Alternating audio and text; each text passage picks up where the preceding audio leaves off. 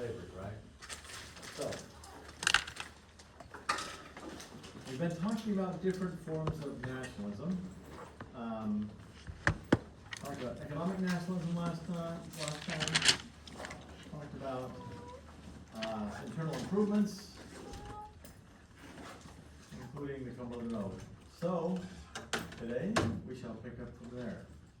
So, this new nationalism reached its high point, its peak, when Andrew Jackson, in 1819, when Andrew Jackson simply waltzed into Florida and took it from Spain. So, what's bugging Mr. Jackson is, remember from last time he'd been fighting against the Creek Indians for a long time?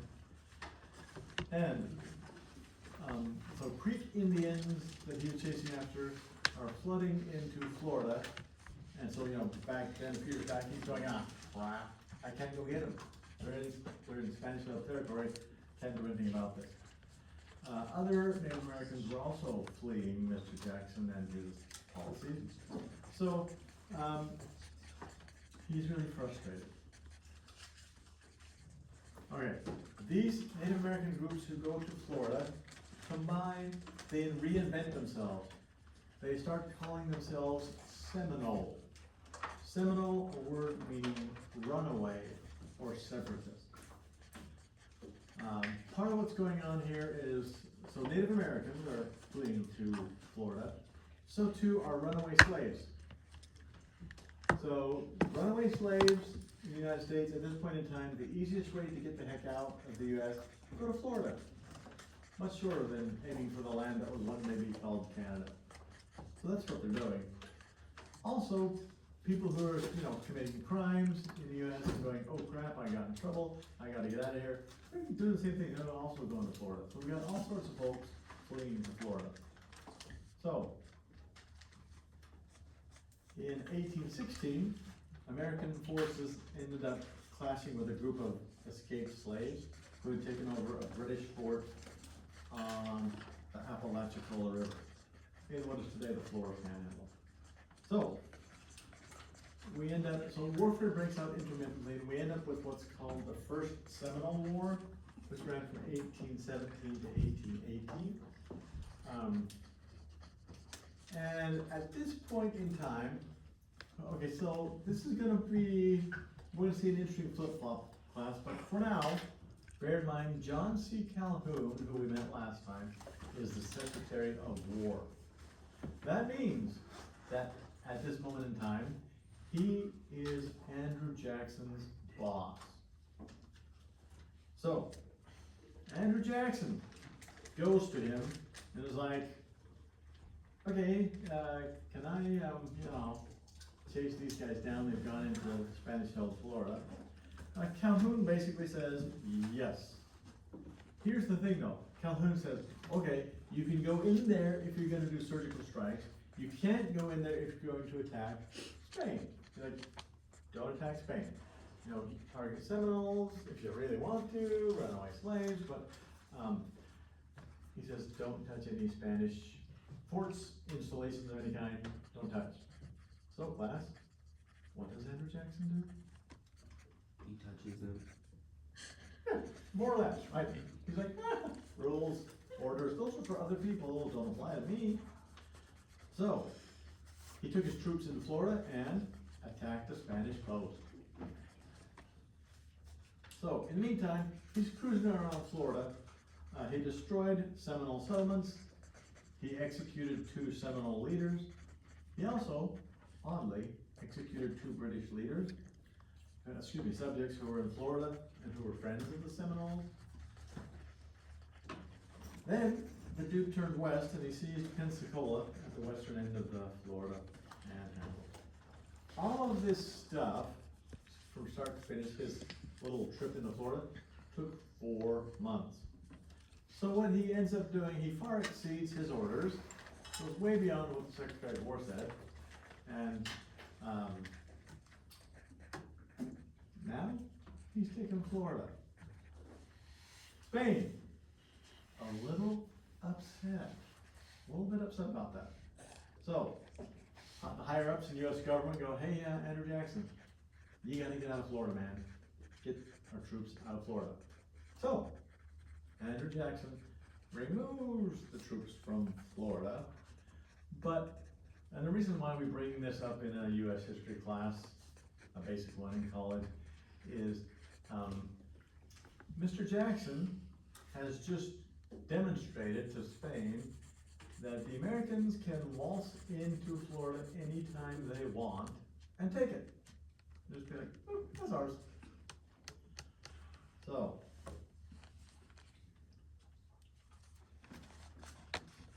meanwhile, so this is the year 1819, right? 1819 is a very busy year.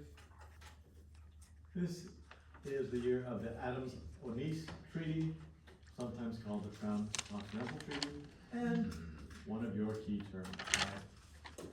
So, the Adams-Onis Treaty. So, John Quincy Adams, chief diplomat, is having a chat with Spanish Minister Luis de Onis Gonzalez. The issue at hand is, where the heck is the western boundary to the Louisiana Purchase? You may remember Napoleon told the United States it was like, this, and Spain is saying, no, it's more like this is ours,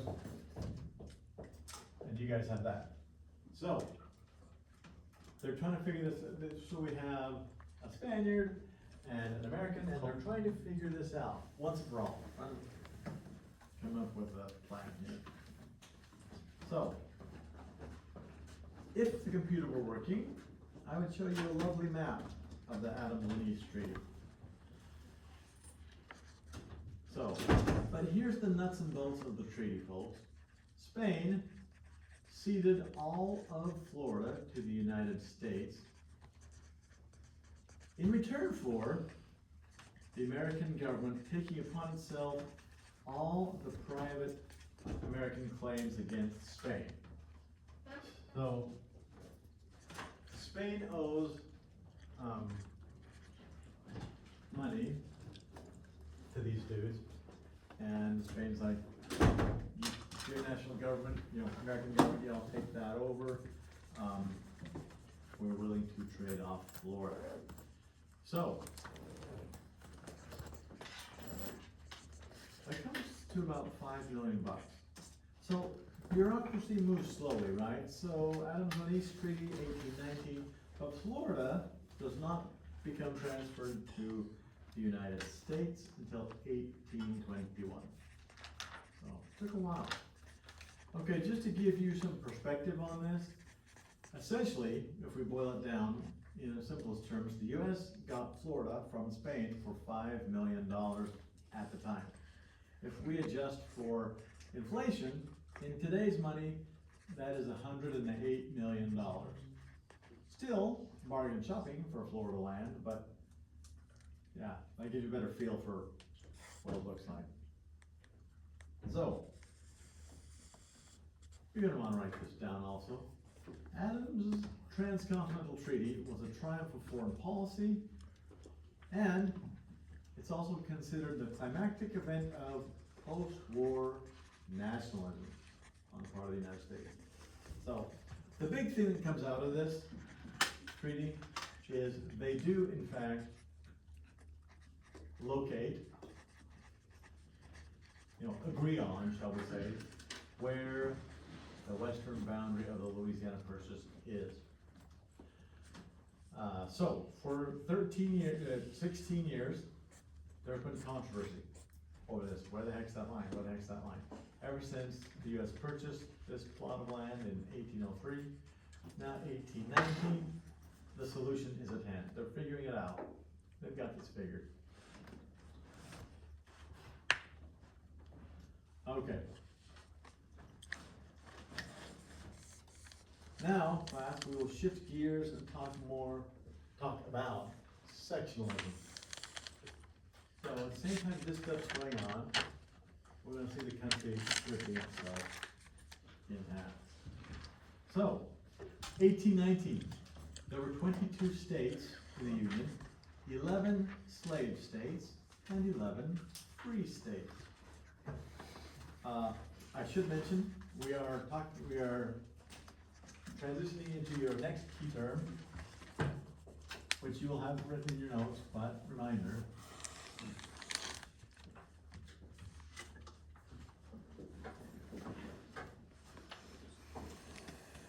Missouri Compromise, right? So, point is, the background is, there's a tie between states that are going slavery, naughty, and states going yeehaw for slavery. So, February 1819, the U.S. House of Representatives gets a large packet of paper from the territory called Missouri. And so Missouri says, dear Congress, or specifically U.S. House of Representatives, says, we would like to become a state, but we want to come aboard as a slave state. Folks in Congress freak out, not everybody, right? But some folks in Congress are freaking out, going, if we do that, we'll have, 11 free states and 12 slave states. Slave states are gonna outnumber the free ones. So, folks in the South are going, that's fine with us, man. Folks in the North are going, nope, not gonna work for me. No way, no how. So,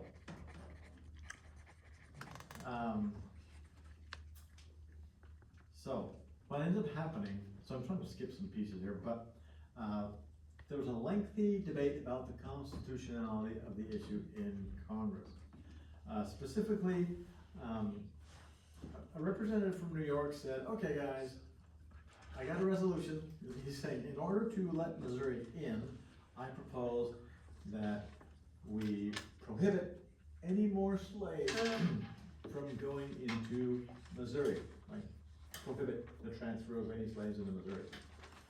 And he said, as soon as any slave now existing in Missouri hits the age of 25, they shall go free. Well, this is a controversial proposal, right? A lot of people for it, a lot of people against it. So they debate and debate and debate, and the thing drags on forever.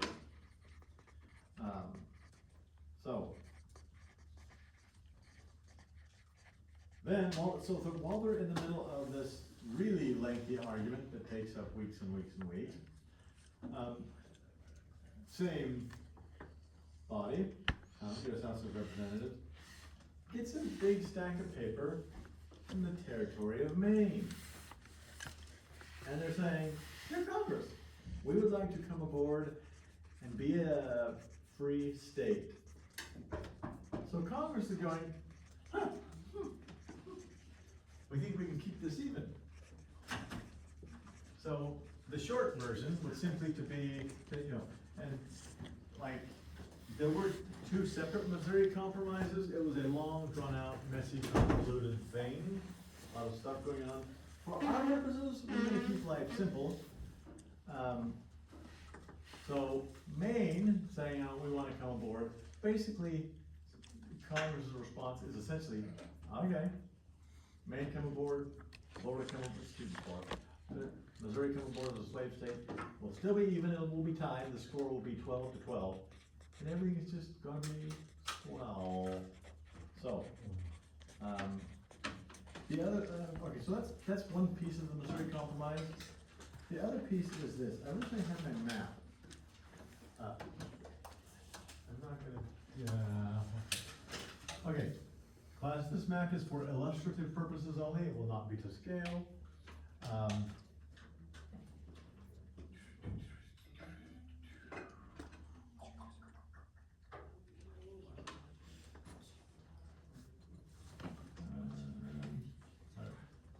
Okay, how do I want to do it? Okay, so we'll just pretend like Missouri's right here, and there's a chunk of land. Well, sorry. Okay, so these guys basically with their maps, they draw a line that goes something like this, and what it means is that there's a chunk Because it's not to scale, it's not working for me. Let's just use our imaginations a little more wildly. Okay. And this, okay, class, what I'm gonna do is send you the PowerPoint, because this is clearly a mess. I'll send you the PowerPoint, you can look at the key terms, like, you know, the slides talking about key terms, showing you the math version. But what ends up happening, is, they draw a line, which is not particularly visible here, but they draw a line that extends out from the southern boundary of Missouri, and they say, okay, the land south of here can become slave. Oh, part of the problem, of course, is Texas, right?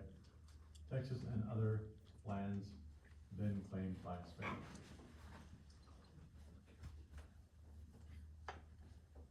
So, F stands for free, S stands for slave. So, two new states are made, two pieces of real estate are turned into free area, an area in which slavery can expand. So the Missouri Compromise draws a line and says, okay, north of this line, no slavery allowed. Slavery, totally illegal up here. Slavery, totally legal down here. Hasn't expanded into this area yet, but it can, they said. So here's a question. Both Southerners and Northerners, looking at a map, a little better version of this, both go, woo, we won. So it's, you know, technically a compromise, but both sides are looking at it going, we won, yay. Class, why are the Northerners saying we won?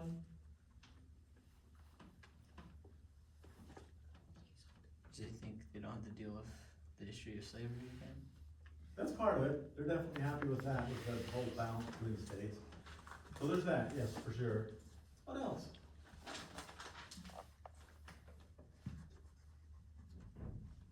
Let me draw this map a little bigger.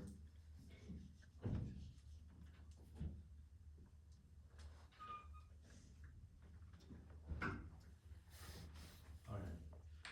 They all know that. Say what? They all know that. Ding, ding, ding, ding, ding, ding, ding. So yes, part one and part two. Gold stars for both of you. So, the Northerners are looking and going, we got a whole lot more land out of that. Look at all this land from which slavery is banned. It cannot and will not expand into this area. Southerners, however, are looking at this small plot of land and saying, we won. This is freaking awesome.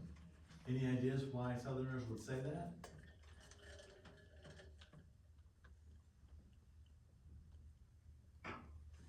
Anybody feel brave enough to throw out an idea? This one is trickier. This one's trickier. It requires you to remember something else we said in class on a different day. Yes? They get two senators? Yes, well, okay, so that's part A. They're going, you know, Southerners are happy because, yeah, they get the balance, like, yes. So again, that'd be part A. What's part B? It involves this territory with the S in it. They can expand? They can expand, true. Here's the key point of that. You are on the right track. Here's the key point. Because of Zebulon Pike's map that says, and of course this map's gonna get worse, but who calls this area the Great American Desert? Okay, that's a mess. Basically what happens is Southerners are saying, okay, Zebulon Pike has told us that this region of the country is not inhabitable. It cannot be done. It is the Great American Desert. So therefore, they are assuming that there's no way on earth that the institution of slavery can expand into that region, because after all, it's a desert. And you know, they're thinking in terms of large-scale agriculture, right? Tobacco, etc. So they're going, cool. We got all the land we could, every bit of land where slavery can possibly expand and be viable economically, we got. So they are celebrating. So remember when I said that Mr. Pike was important and that we would be returning to him again and again in future days. Today's one of those days. So we return to Mr. Pike, who says, hot dog, or not Pike, sorry, but his map, right? His map is influencing the course of US history. It is, as I said before, it's an erroneous map, but that doesn't stop people from going, okay, we'll roll with this.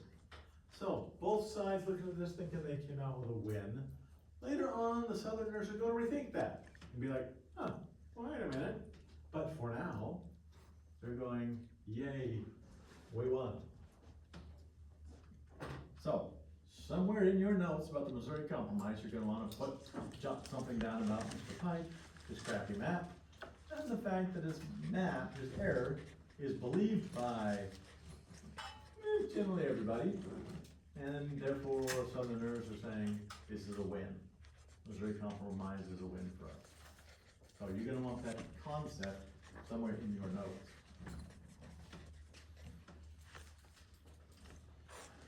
Okay, Thomas Jefferson, who is in retirement, but likes to, read the news, keep up on developments in the US, privately freaks out. He said to a friend, "But this momentous question, like a fire bell in the night, awakened me and filled me with terror. I considered it," meaning the Missouri Compromise, "at once the death knell of the Union." So, Mr. Jefferson's 2 cents on the subject of the Missouri Compromise. He says, oh crap, we're dividing the country north versus south, with, legislation and compromises and stuff. He says, we're toast. We're headed for civil war. Oh my gosh. So, the guy he's got some serious heartburn going on over this. He's not a happy man. Okay. Moving on, okay, so that's our nod to sectionalism that's occurring during this time period. As you are probably aware, this gets much more intense later on, and in due time we will see that happen. For now, we will return to nationalism, specifically judicial nationalism. Judicial nationalism is flourishing in the Supreme Court. We return yet again to the year 1819. There were 2 major court decisions that occurred during this year that basically said, dear states, the whole balance, the issue of how much federal power, how much state power, in relation to one another, how do we do this? 2 Supreme Court cases that had states, y'all are down here, federal government's up here. So we call it judicial nationalism because through some Supreme Court decisions, federal government stronger, state governments weaker. So that's sort of the big picture of this. And remember that judicial nationalism is a key term, right? So rather than go over 2 or more cases in detail, I will offer one as an example, just to give you a feel for this. The court case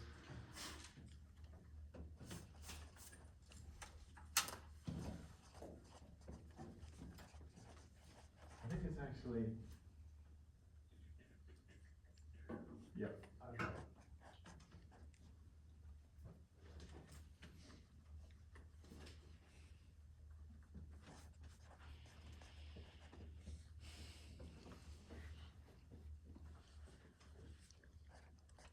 So, a person, a state, Supreme Court case, which technically means it should be italicized. We'll underline it. Okay. Here's the deal. There is a branch of the Bank of the United States in Baltimore, in Maryland. This guy is an employee of the Bank of the United States branch located in Maryland. And Maryland passes a law that has sort of this eerie, it feels to these guys almost, a little bit like the Stamp Act of 1765. Because Maryland says, okay, guys, y'all are gonna pay taxes on paper, and when you do that, you can put a little, nice little stamp on it to prove that the paper had been taxed already and that you pay the tax.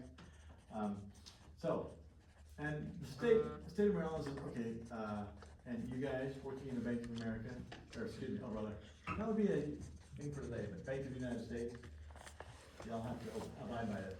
This guy calls BS on it. He says, no, I'm working for a federal institution. I don't have to pay your stupid stinking state tax. Maryland disagrees and takes this to the Supreme Court. So it's a matter involving a state, right? So it goes to the Supreme Court.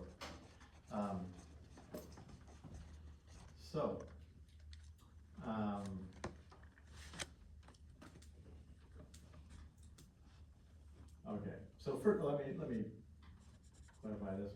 The dude, Mr. McCulloch, is indicted by the state of Maryland, and McCulloch becomes sort of a representative of the bank branch, and so as that representative, he appeals to the Supreme Court. That's how it gets there. The Supreme Court handed down a unanimous decision denying any right of the state to tax the Bank of the United States. Maryland said that the federal government was, as they put it, the creature of sovereign states. So they're saying, Maryland is saying, we're a sovereign state. We are superior to the federal government. John Marshall calls BS. Marshall argues that the power in the Constitution comes from the people. He says the Constitution is rooted not in the states, which is what Maryland is saying, but rather rooted in the people. So, Maryland loses, McCulloch and the Bank of the United States can keep on rolling. They are not subject to a state tax as a federal institution. And so, you know, that whole balance between federal power, state power. Okay. And John Marshall, like there's several of these where John Marshall keeps deciding similar sort of outcome. Different cases, right? But the bottom line is, with Marshall's decisions, federal government's getting stronger, state government's going, meh, meh, meh. Okay. Let us turn to yet another type of nationalism. This one worded a little differently. Nationalist diplomacy. Okay, advance warning. We are quickly approaching the Monroe Doctrine, which you have in your notes.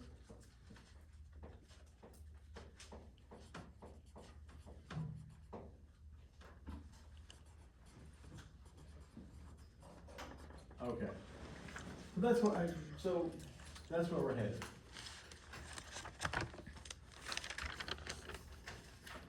So, Napoleon is finally captured, right? A lot of European powers, especially Spain, been very busy chasing after Napoleon. Once Napoleon is corralled, then these European nations turn back, particularly like the ones you and I are interested in for our purposes, Spain and Portugal. They turn back and look to South Central America, and they're saying, okay, while we were busy chasing Napoleon, all of our colonies over there broke away from us, formed their own independent nations. They're saying, we gotta fix that. We want our colonies back. So several European countries are planning on going in and turning those independent countries into colonies. Well, the President of the United States, James Monroe, very, very, very uncomfortable with this, to put it mildly.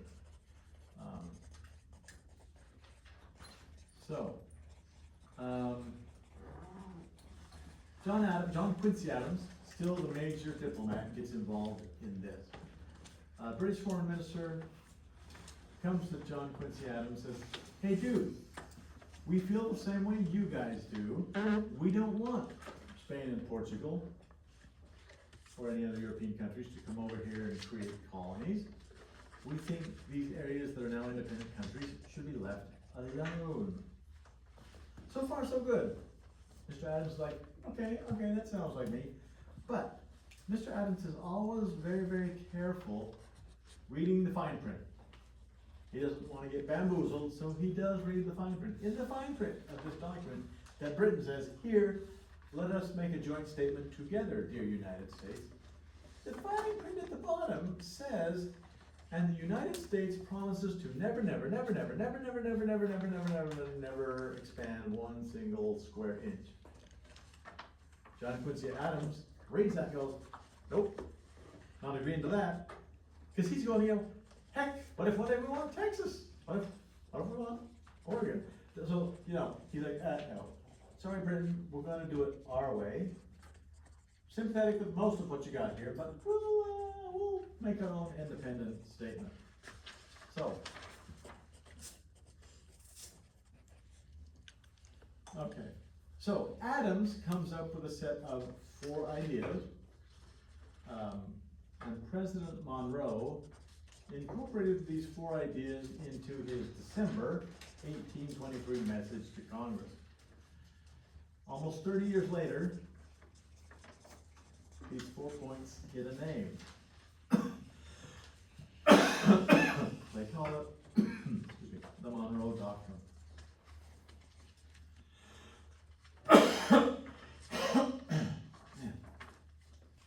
Okay, so Monroe Doctrine, your key term. Item 1, class.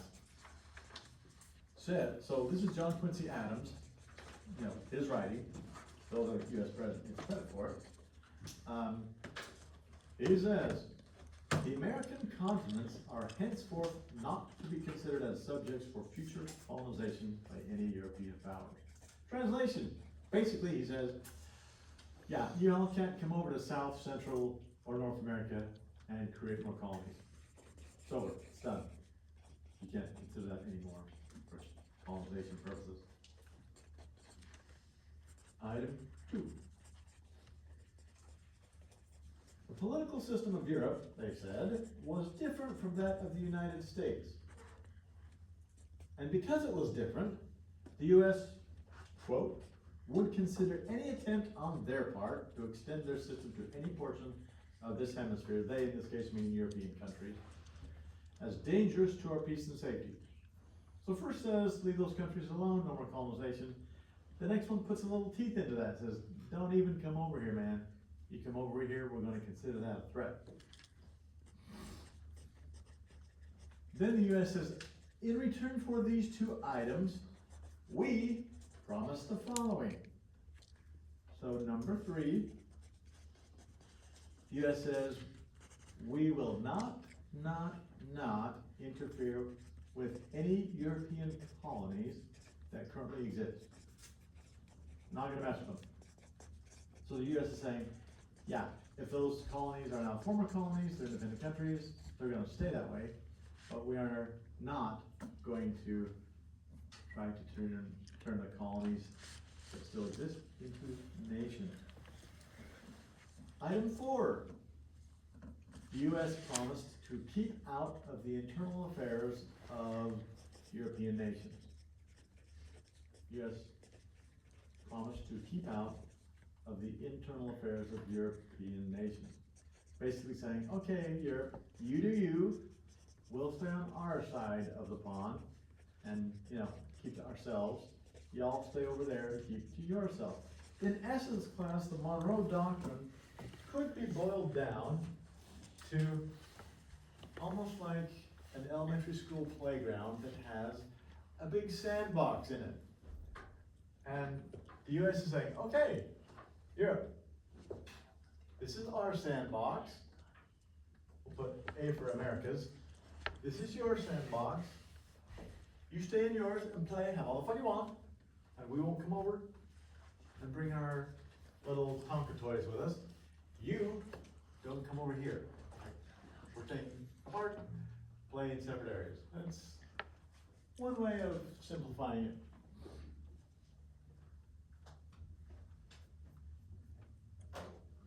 Okay.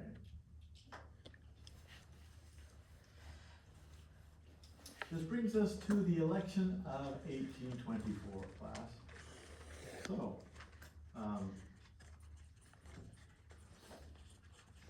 at this point, 1824, 18 out of 24 states had put the power to choose members of the Electoral College directly in the hands of voters.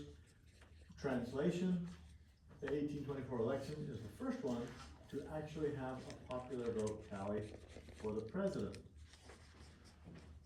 In short, 1824 presidential election, a game changer. We see a major increase in democracy that had not existed previously. So what we are seeing is the nation shifting from a republic more and more and more over time to a democratic republic. And this is a major step. One way that people could tell the Federalists were dead as a political party, exactly 0 Federalists ran for president. Instead, there were 4 Democratic Republicans. 2 of these were members of President Monroe's cabinet. A guy named William Crawford, his Secretary of State, John Quincy Adams, Henry Clay, Speaker of the House of Representatives, whose picture you saw last time, was running. And lastly, we have Andrew Jackson running. So, he had been in the U.S. Senate briefly back in 1797, and in 1823, he was elected to the Senate from Tennessee.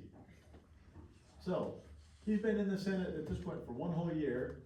I was like, I know, I'll run for president of the U.S. The result of the election was inconclusive.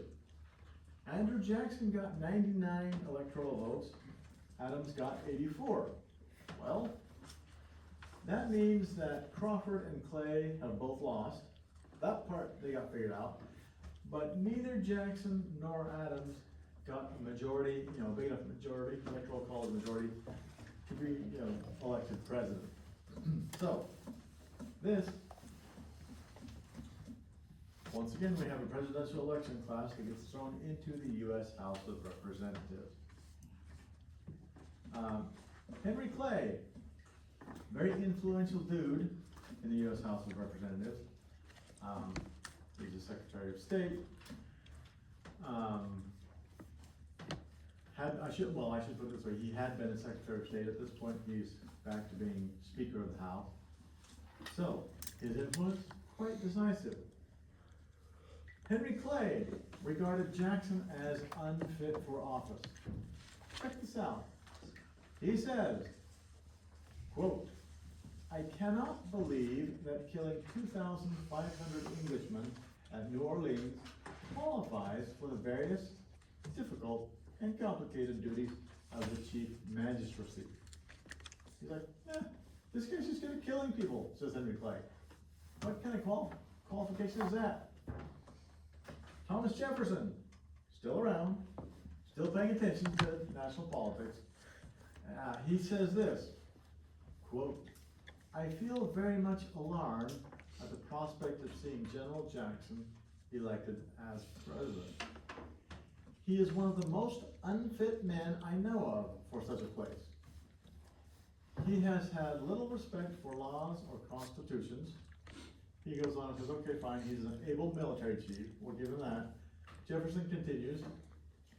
He says, his passions are terrible. When I was president of the Senate, referring to the year 1797, he was a senator, and he could never speak on account of the rashness of his feelings. I have seen him attempt it repeatedly, and as often choke with rage. His passions are no doubt cooler now. He has been much tried since I knew him. But he is a dangerous man. Well, class, looks like Andrew Jackson has at least 2 problems. Speaker of the House does not like him, says he's not qualified for the office of president. Nope, nope, nope. And after all, this election has just been formed into the House of Representatives, so yeah, Speaker of the House, major influence. Secondly, you know, at this point, Thomas Jefferson is considered an elder statesman. You know, when the guy talks, people listen. They're like, better hear what this guy has to say. So, Thomas Jefferson has said his piece, and these guys, it's not gonna go well for Mr. Jackson. So, Mr. Clay threw his support behind John Quincy Adams. The final vote in the House. John Adams got 13 votes. Jackson got 7. William Crawford got 4. Which means, of course, Adams wins. John Quincy Adams became president. One of the first things he does is he makes Henry Clay his Secretary of State. People started complaining about that. They said, oh my gosh, we are seeing corruption. They said, here this guy, the election gets thrown into the U.S. House of Representatives. Clay puts all of his support behind Adams. Adams becomes president and turns right around and makes Clay the Secretary of State. So, class, if there was a corrupt bargain that occurred here, we have 0 evidence. Historians have never been able to uncover any evidence. Doesn't mean it wasn't necessarily, but the chances of it being, corruption, being a corrupt thing, not very likely. Not very likely. Okay. One of the weird things about John Quincy Adams, he's a career diplomat, right? So, he's got a lengthy resume, very successful career as a diplomat, helping people to, negotiate and compromise and hammering out these kinds of things. But he gets weird when he becomes president of the U.S. He becomes absolutely stubborn and immovable. And so when he has dumb ideas that are not workable, instead of saying, oh, that's a dumb idea, that's not gonna work, he doubles down on it. So, there's 4 years of gridlock, government gridlock, basically, because the dude's like, nope. So, he didn't have a program in mind. Dude's got a plan. He comes into office with big plans. None of them become reality. He's unable to implement his plans because, all of Congress is going, dude, come on. You're not compromising and you just, So, they're not willing to work with him. Okay, so, election of 1824, you will notice I said that one political party ran, right? All the candidates were from the same political party. That time period in American history is sometimes referred to as the era of good feelings, because there's no major party fighting between 2 political parties. But if you zoom in and take a closer look, there's plenty of bad feelings during the era of good feelings. Plenty of controversies.